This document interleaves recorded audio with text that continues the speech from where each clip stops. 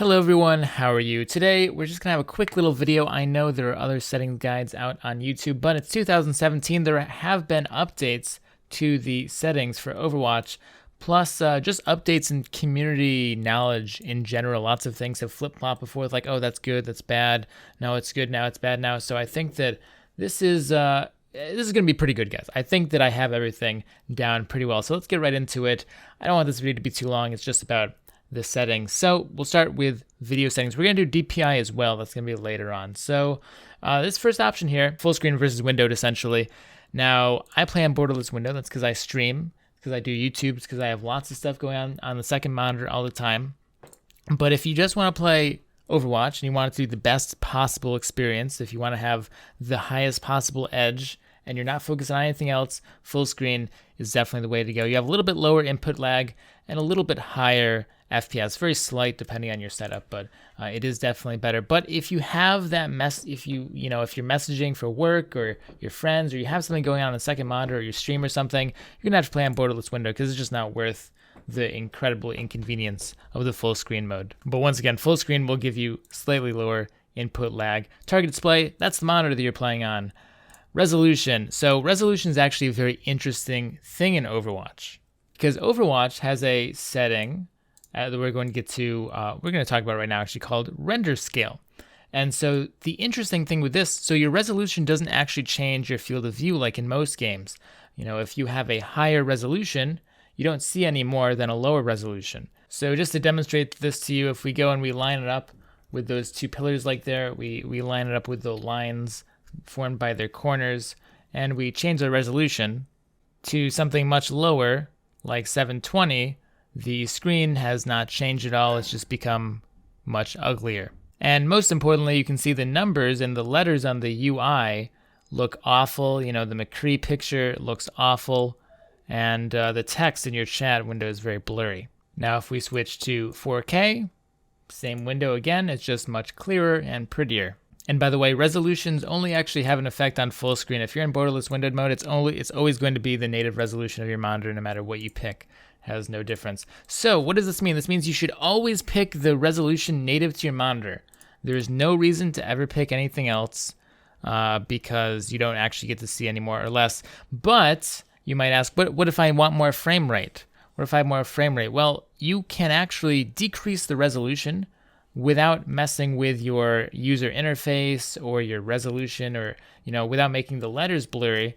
And that is in this really nifty setting that is render scale. Basically, you're lowering your resolution of the 3D game, the actual stuff that's being rendered, without having to lower your overall resolution for everything in the entire game. So your menus will still be crisp. You'll still have the same DPI. Your DPI won't be messed up, switching between 1080p and 720p. So always keep this at native resolution on whatever the frame rate of your monitor is there. I have a 144 hertz monitor.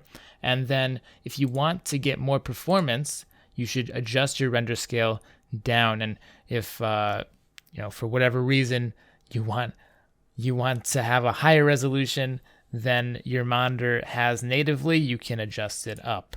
But there's pretty much no reason to do that, because if you have a 1080p monitor, you will be able to notice a little bit of difference if you render it above that, but it's not going to be too amazing. So just keep this at 100% or lower. So if instead of running this at, instead of saying, oh, I'm going to run it 1280 by 720, instead just reduce your render scale to 75%. It's the same thing, same performance increase, except you keep the same great crisp menus. All right, enough about resolution. Let's talk about field of view now. We're actually not going to talk about it right now. We're going to talk about it later when we get into DPI and the whatnot.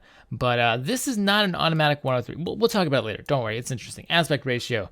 The aspect ratio of your monitor, 16:9 is the most common. VSync, off.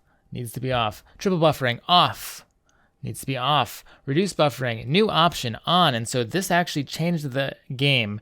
This is the biggest change that's going to affect what settings you use in Overwatch. This reduce buffering setting needs to be on. And we'll talk about that later on when we get into frame rate and all that. Display performance. I like to keep it on because it lets you see your FPS and your ping. It should usually be on so you can know what's going on. Limit FPS. This must be on display based. It used to be that you wanted to completely unlimit your frames to get the lowest input lag. But now that they've added this reduced buffering option, this extra limit gives you literally nothing, gives you practically no benefit, like 0.5%, not even 0.5%, like 0.05% benefit. It's completely not worth destroying your settings and over capping your frames by that much. Make it display based. That's 10 over. So if you have a 60 hertz monitor, it'll be 70 frames per second limited. For more information on input lag relative to your FPS, check out this amazing video put out by Battle Nonsense. It talks about how much input lag you have at various settings with this reduced buffering option on. TLDR though, there is no benefit of going over the cap by more than like 10 for just stability's sake, right? So you don't keep fluctuating. Keep this at display based. It doesn't hog, you don't have to hog unnecessary system resources. Plus you can set some of these things higher without having to worry about it. As long as you're at the correct refresh rate of your monitor, you're fine. Graphics quality, this setting doesn't mean anything because you're just going to be coming down here anyway. So render scale, like I said, either 100% or lower, just to show you what a lower one looks like. It looks pretty bad. Here it is at 50%, 1080p 50%. This is the same as like 540. This is basically literally just half the resolution. That's all I mean. Except you can see that the menus and stuff are still perfectly crisp, like my ultimate meter, my life bar. It's all 100% good. It's just dealing with the graphics of the game. And this is where you're going to get most of your performance increase, mostly CPU sided. As we go on, texture quality, always on high no matter what. This doesn't lower your frame rate at all. This is just based on your video RAM. Most people have enough to do high textures. If setting this to high gives you these weird like intermittent freezes and stutters, that's not like then that means that you don't have enough VRAM. You turn this down lower. Most people can set this to high without any change to your frame rate whatsoever. Texture filtering, you can put it on max as well. This doesn't affect your frame rate, like 1 FPS. Basically, this has nothing at all. Local fog detail as low as possible. This thing destroys your frame rate. Plus, fog detail, you don't want fog. The whole point is that you want to see people. If you have fog, then you can't see people. Dynamic reflections you want off. Again, destroys your frame rate. Plus, reflections are distracting. Any sort of lighting effect is generally quite poor, quite bad to have on because it's distracting and it destroys your FPS. Shadow detail should not be off if you can afford it. If you can afford the frames, you should put it on low because you can actually see shadows around corners. If someone's standing around this corner, depending on how the light is, you can actually see the shadow poking out, even if you don't see him actually standing there, him or her actually standing there. So you want shadows on for that slight advantage. Although, to be honest, it happens shadows come up so rarely that if you do need extra frames, turning this off is not a terrible option. It will save you frames, and you're not going to lose too much by not having shadows. This is probably the least important competitive edge you can possibly have in this game is shadows. Next, we have model detail. Again, on Ultra, doesn't affect your frame rate at all. All it affects is your video RAM. So we want to be able to see as clearly as possible. So these clarity things that don't affect frame rate should be on as high as possible. Effects detail, you want on low. You don't want to have a lot of flashy lights distracting you. Lighting quality, again, on low because you don't want a lot of flashy lights distracting you. When you get on Gibraltar, that beautiful sunset, you don't want to have to wear sunglasses to play this game. And then anti-aliasing. So this game is kind of strange. This game treats anti-aliasing a lot different than other games.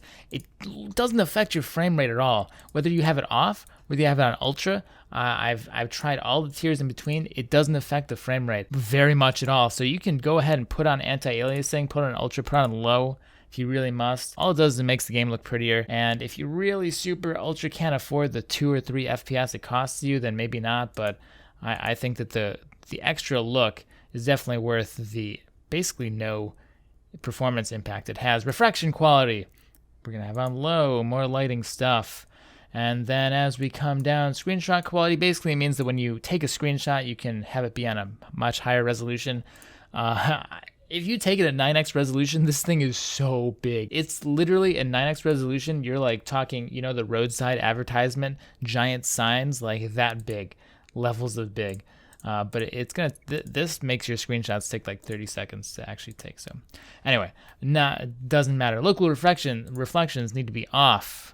Again, more lighting to distract us, and it destroys your frame rate. Ambient occlusion absolutely massively annihilates your frame rate, and you pretty much can't tell the difference between whether it's on or off. Anyway, gamma correction, contrast, and brightness. This depends on your monitor. So for me, all the default settings are pretty good. Actually, my brightness is slightly higher than normal. I kind of recommend a slightly higher brightness than normal for most people, but again, you can change all these on your monitor. And then colorblind options, well, if you have issues seeing certain colors, you can change it.